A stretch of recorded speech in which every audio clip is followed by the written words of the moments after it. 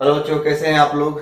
पिछले वीडियो में मैंने देखा अरिथमेटिक प्रोग्रेशन के बारे में पढ़ा था और उसमें हम लोग अनुक्रम, श्रेणी, श्रेणी के बारे में जाना, उसके प्रकार के बारे में जाना, श्रेणी क्या है, कितने प्रकार के, तीनों का प्रकार जाने थे, एपीजी पीएचपी को जान गए थे, समझ गए थे इसके एग्जाम्पल सहित। आज हम लोग पढ़ने वाले उसी अनुक्रम, श्रेणी और श्रेणी के कितने प्रकार होते हैं। आखिर पूरे मैथमेटिक्स में अनुक्रम यानी सीक्वेंस, श्रेणी और श्रेणी कितने प्रकार के होते हैं। आइए जानते हैं। मैंने लिखा है बोर्ड पर अनुक्रम, श्रेणी और श्रेणी के प्रकार। तो किसी भी अनुक्रम या श्रेणी या जो श्रेणी होता है उसका केवल दो ही प्रकार होता है। कौन कौन सा होता है, हम उसको क्या क्या कहते हैं। एक तो कहते हैं परिमित श्रेणी, परिमित, और दूसरा क्या होता है, अपरिमित। परिमित का मतलब क्या होता है, एक प्रकार का सीमित, इसको लोग सीमित कर सकते हैं। अपरिमित का क्या मतलब होता है, असीमित।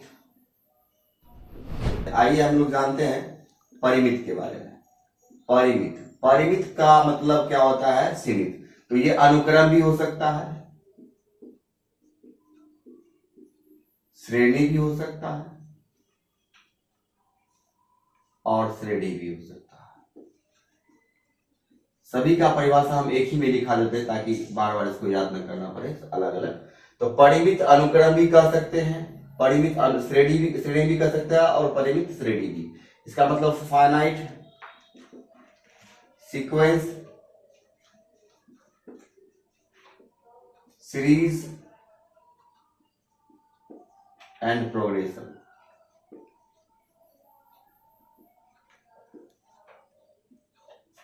ठीक है, तो फाइनाइट सीक्वेंस किसको कहते हैं, या सीरीज किसको कहते हैं, या प्रोग्रेशन किसको कहते हैं। जिस अनुक्रम या श्रेणी या श्रेणी में पदों की संख्या सीमित हो, अर्थात उसके पदों की संख्या को गिना जा सके, उसे परिमित अनुक्रम, श्रेणी या श्रेणी कहते हैं। ठीक है, एग्जाम्पल समझिए। मान लीजिए कोई अनुक्रम 2, 4, 6, 8, 10, 12, 14, 16, 18, 20 लिखा हुआ है। ठीक है, एग्जाम्पल नंबर 1, -2, -3, -4, -5, -6, -7, -8 ये लिखा हुआ है। मतलब इसमें डॉट डॉट डॉट डॉट करके इनफाइनाइट लिखा हुआ नहीं है, अर्थात इनफाइनाइट जब हो जाता है इसका मतलब इसको हम लोग काउंट नहीं कर सकते। लेकिन इसमें क्या है, ये 20 लास्ट इसका पद है, इसका लास्ट पद है। इसका मतलब इसके इस सीक्वेंस में, इस श्रेणी में हम पदों की संख्या को आसानी से काउंट कर सकते हैं। इसमें कितने पद, 1, 2, 3, 4, 5, 6, 7, 8, 9, 10, अर्थात इसमें केवल 10 पद है। अर्थात हम जिस श्रेणी के या जिस श्रेणी के या जिस अनुक्रम के पदों को हम लोग काउंट कर सकते हैं, आसानी से गिन सकते हैं कि इसमें कितना है, तो उसको हम लोग क्या कहेंगे, परिमित। क्या कहेंगे, परिमित। सेम इसका अपरिमित क्या है, जिसके पदों की संख्या को हम लोग काउंट नहीं कर सकते हैं, जिसमें इनफाइनाइट लगा रहता है, उसको हम लोग अपरिमित कहते हैं। पूछे कि परिमित अनुक्रम किसे कहते हैं, तब भी वही परिभाषा बोलेंगे कि जिस अनुक्रम या जिस अनुक्रम के में पदों की संख्या को हम लोग आसानी से काउंट कर सके, उसको हम लोग परिमित अनुक्रम कहते हैं। परिमित श्रेणी पूछेगा तब भी वही परिभाषा देंगे, जिसके पदों की संख्या को हम लोग आसानी से काउंट कर सके, यानी कि इसमें डॉट डॉट डॉट सो नहीं लगा हो, यानी कि पदों की संख्या काउंट कर सके, उसको हम लोग परिमित श्रेणी कहते हैं। और परिमित श्रेणी भी पूछेगा तब भी वही परिभाषा देंगे, जिसके पदों की संख्या को आसानी से गिन सके, उसको हम लोग परिमित कहते हैं। बहुत सारा एग्जाम्पल है। तीसरा एग्जाम्पल देखिए, जैसे 10, 20, 30, 40, 50, 60। इसमें लेकिन डॉट डॉट डॉट डॉट करके हम मान लीजिए 100 तक लिख दे, इनफाइनाइट तो नहीं लिखे हैं, इनफाइनाइट नहीं लिखा हुआ है, 100 तक लिखा हुआ है, इसका मतलब है ये 10 से स्टार्ट हुआ है 100 तक जाएगा, तो इसके बीच में जितनी भी संख्या है उसको हम लोग आसानी से काउंट कर सकते हैं। तो ऐसे सीक्वेंस को, ऐसे सीरीज को, ऐसे प्रोग्रेशन को हम लोग क्या बोलते हैं? Finite sequence, finite series, finite progression. Okay, अब हम लोग चलते हैं इनफाइनाइट की ओर। आइए 2 नंबर चलते हैं, अपरिमित अनुक्रम श्रेणी या श्रेणी। ठीक है, infinite sequence, series and progression. इसका डेफिनेशन देखिए, जिस अनुक्रम या श्रेणी में पदों की संख्या असीमित हो, अर्थात उसके पदों की संख्या को गिना नहीं जा सके, उसे हम लोग क्या कहते हैं? अपरिमित अनुक्रम या अपरिमित श्रेणी या अपरिमित श्रेणी। ठीक है, जैसे कि हम पिछला एग्जांपल लिए, परिमित श्रेणी का एग्जांपल लिए हैं, सेम वही एग्जांपल पिछले, थोड़ा सा रिवाइंड करके देख लीजिए। तो उसमें क्या है? सिर्फ इसमें डॉट डॉट डॉट करके इनफाइनाइट लगा देंगे, अनंत तक, जिसका कोई अंत नहीं है, ये इनफाइनाइट चल रहा है अनंत तक। तो ऐसे सीरीज को हम लोग क्या कहेंगे? अपरिमित अनुक्रम कहेंगे, अपरिमित श्रेणी कहेंगे। जैसे इसी में इनफाइनाइट लगा हुआ है, इसी में इनफाइनाइट लगा दिया जाए, तो ये सब क्या हो जाता है? अपरिमित श्रेणी। ठीक है, तो इसको हम लोग, अब तीनों का परिभाषा सेम ही है, जैसे कि हम पिछले में बताए हैं, पिछले परिभाषा में बताए हैं कि परिमित पद के परिभाषा में बताया, उसी प्रकार अपरिमित अनुक्रम कहेगा तब भी यही डिफिनेशन कि जिसके पदों की संख्या को गिना नहीं जा सके। अपरिमित श्रेणी कहेगा तब भी वही, जिसके पदों की संख्या को गिना नहीं जा सके। अपरिमित श्रेणी कहेगा तब भी वही, जिसके पदों की संख्या को काउंट नहीं किया जा सके, अर्थात उसके पदों की संख्या अनंत हो, उसे हम लोग अपरिमित अनुक्रम, श्रेणी और श्रेणी कहते हैं। ठीक है बच्चों, अब हम लोग आगे चलते हैं। आइए हम लोग समांतर श्रेणी के बारे में अब जाने विस्तार से। जितना भी हमको पढ़ना था सीक्वेंस के बारे में, श्रेणी के बारे में, सीरीज के बारे में, वो पढ़ लिए, उसका प्रकार पढ़ लिए। अब हम लोग समांतर श्रेणी की ओर बढ़ते हैं। अब धीरे धीरे हम लोग चैप्टर की ओर बढ़ेंगे, तो उसमें हम लोग क्या जानेंगे? समांतर श्रेणी का डिफिनेशन पढ़ लिए, एग्जाम्पल पढ़ लिए, सब कुछ पढ़ लिए। पढ़ना क्या है इसमें? अब हमें इसमें पढ़ना है समांतर श्रेणी के पद क्या है? पद। ठीक है, पद में बहुत सारा है, जैसे कि प्रथम पद, द्वितीय पद, ठीक है, इसी तरह तृतीय, चतुर्थ, पंचम, बहुत सारे पद है। अनंत पद, इसको हम लोग अंतिम पद कहते हैं, अंतिम पद तक इसको हम लोग पढ़ेंगे कि किसी भी एपी का प्रथम पद क्या होता है, द्वितीय पद क्या होता है, तृतीय पद क्या होता है, चतुर्थ पद क्या होता है, अंतिम पद क्या होता है। उसके बाद हम लोग पढ़ेंगे पदांतर। इसका मतलब होता है सार्व अंतर, सार्व अंतर। ये पदांतर क्या है? यानी पदों का अंतर। एग्जाम्पल के माध्यम से जानेंगे, जैसे कि एपी है, एक एपी लिखा हुआ है 4, 6, 8, 10, 12 डॉट डॉट डॉट डॉट, मान लेते हैं यहाँ 108 लिखा हुआ है। ठीक है, इसको हम लोग क्या कहते हैं? ये हमारा हो गया प्रथम पद, ये हमारा हो गया द्वितीय पद, ये हमारा हो गया तृतीय पद, ये हो गया चतुर्थ पद, पंचम पद, और लास्ट में जो आया इसको हम लोग अंतिम पद कहते हैं। इसको हम लोग क्या कहते हैं? प्रथम पद।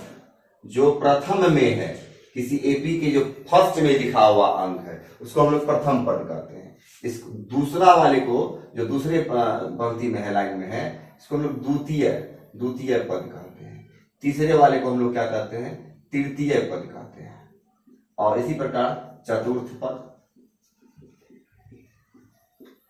उसी प्रकार पंचम पद। ठीक है, और इसको हम लोग क्या कहते हैं? अंतिम पद। अब ये तो आप समझ गए कि एपी का जो 4, 6, 8, 10 लिखा होता है वह एपी का सदस्य है, और इसके सदस्य को हम लोग प्रथम पद, द्वितीय पद, तृतीय पद, चतुर्थ पद, इस तरह से हम लोग अंतिम पद कहते हैं। अब हम लोग को जानना है इसके प्रथम पद को, हम लोग स्टार में लिख लेते हैं। प्रथम पद को किसी एपी के, याद रखिएगा ध्यान से, किसी एपी के प्रथम पद को, नाम याद रखिएगा, प्रथम पद को ए या A1 या T1 कहा जाता है, इंगित किया जाता है, सूचित किया जाता है। मतलब इसको हम लोग A1 कह सकते हैं, या A कह सकते हैं, या T1 कह सकते हैं। इसी प्रकार एपी के द्वितीय पद को, ठीक है, क्या कहते हैं? A2 या T2 ये कहा जाता है। इसी प्रकार एपी के तृतीय पद को A3 या T3 कहा जाता है। उसी प्रकार चतुर्थ पद को A4 या T4 कहा जाता है। इसका क्या मतलब हुआ? तो सर क्या इसका मतलब चार जो है हमारा A1 हो गया, बिल्कुल हो गया, T1 हो गया, बिल्कुल हो गया, 6 जो है हमारा A2 हो गया या T2 हो गया, 8 क्या हो गया इसी प्रकार A3 हो गया, 10 क्या हो गया A4 हो गया, 12 क्या हो गया A5, 5वें स्थान पर है तो A5, और इसको अंतिम पद को AP के अंतिम पद को AN या TN से इंगित किया जाता है। इसको आप ध्यान रखिएगा। इसका मतलब इसको क्या कहें हम लोग? TN। अगर मान लीजिए पुनः कोई AP दिया हुआ है कि 3, 6, 9, 12 डॉट डॉट डॉट मान लीजिए 24, ठीक है। अगर इसमें हमको कहा जाए AP का कि A1 ज्ञात करो, उसके बाद TN इसका क्या है, उसके बाद कोई पूछ देगा A4 क्या है इसका, A3 क्या है इसका, A2 क्या है इसका, तो हम लोग क्या बोलेंगे? A1 का मतलब प्रथम पद, प्रथम पद क्या है इसका? 3 है।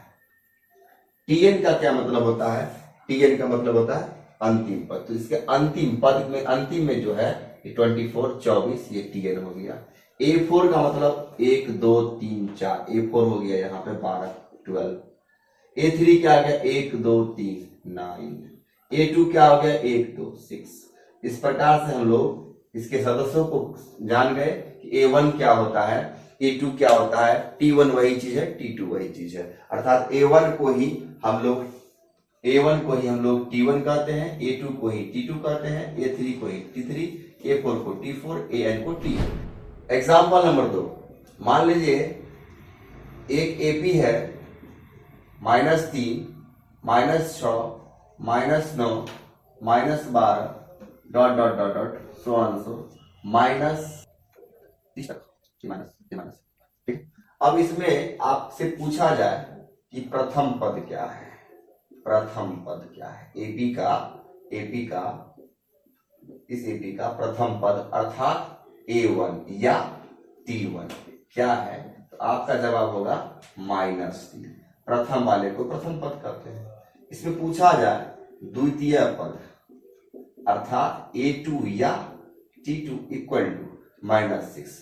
आपसे पूछा जाए तृतीय पद, इसी प्रकार आपसे पूछा जाए, आप आसानी से बता सकते हैं कि सर -9।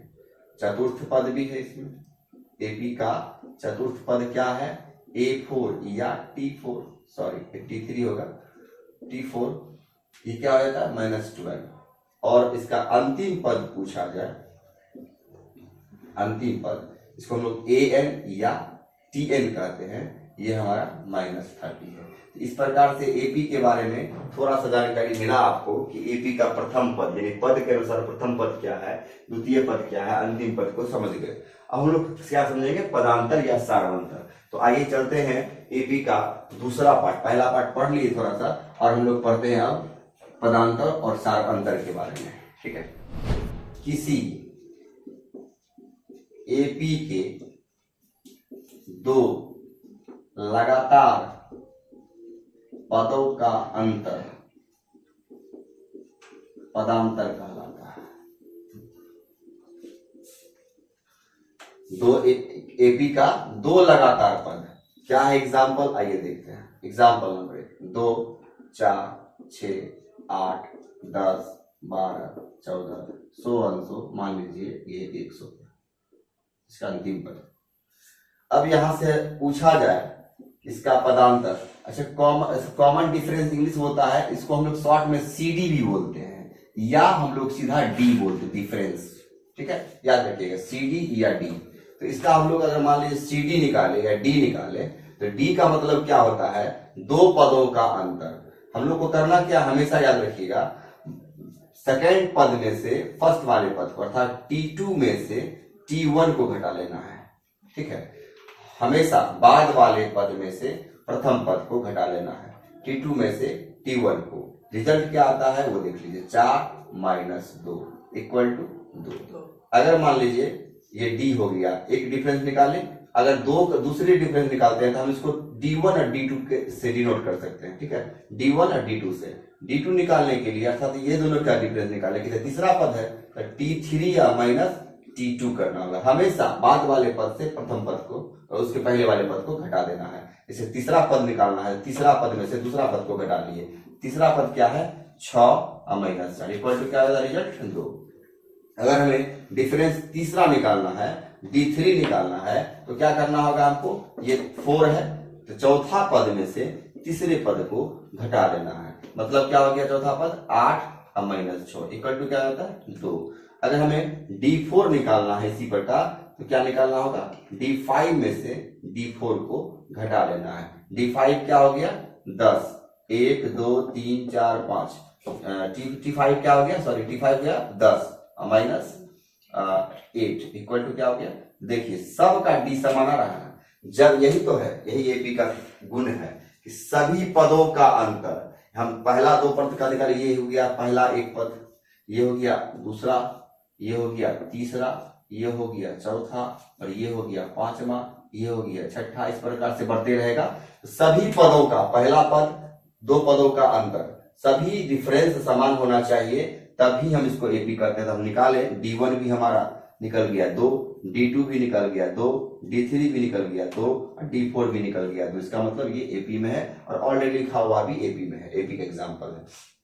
इसी में अगर पूछ देगा आपको इसका प्रथम पद क्या है बताइए ए, तो प्रथम पद क्या है, प्रथम पद यहाँ पे 2 है। पूछ देगा इसमें इसका अंतिम पद Tn क्या है, तो अंतिम पद क्या है हम बताए थे आपको 100, लास्ट में क्या है 100। इस तरह से ये दोनों भी समझ गए और डिफरेंस भी समझ गए।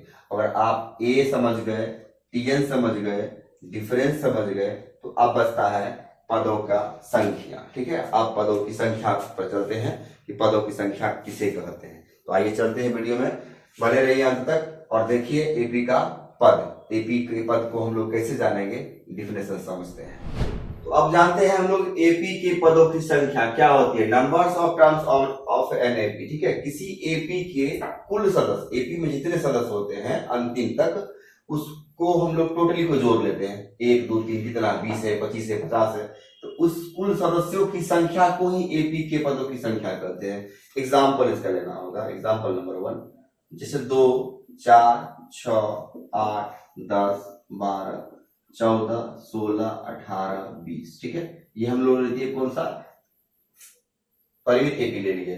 इसमें हम लोग अगर एपी के कुल पदों की संख्या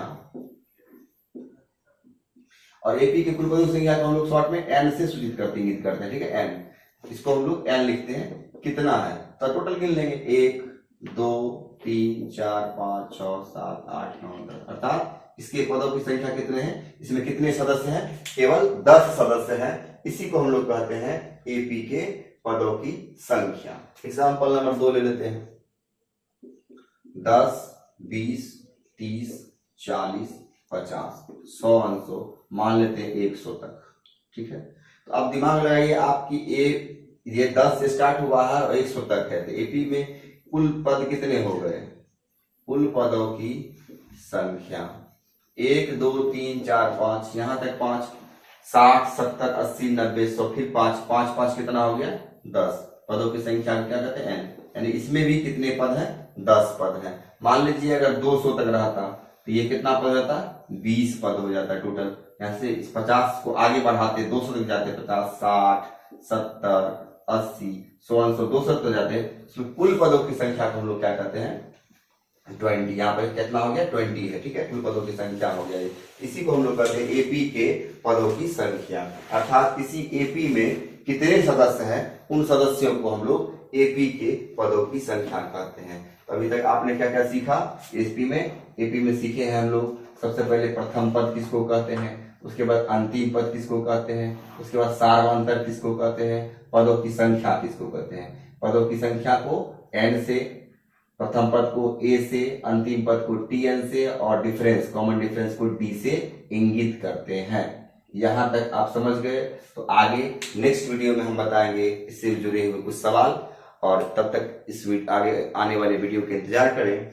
और अगर आपको ये वीडियो अच्छा लगता है तो लाइक जरूर करें, अगर कुछ पूछना है तो कमेंट बॉक्स में जरूर कुछ पूछें और मेरे चैनल को सब्सक्राइब जरूर करें।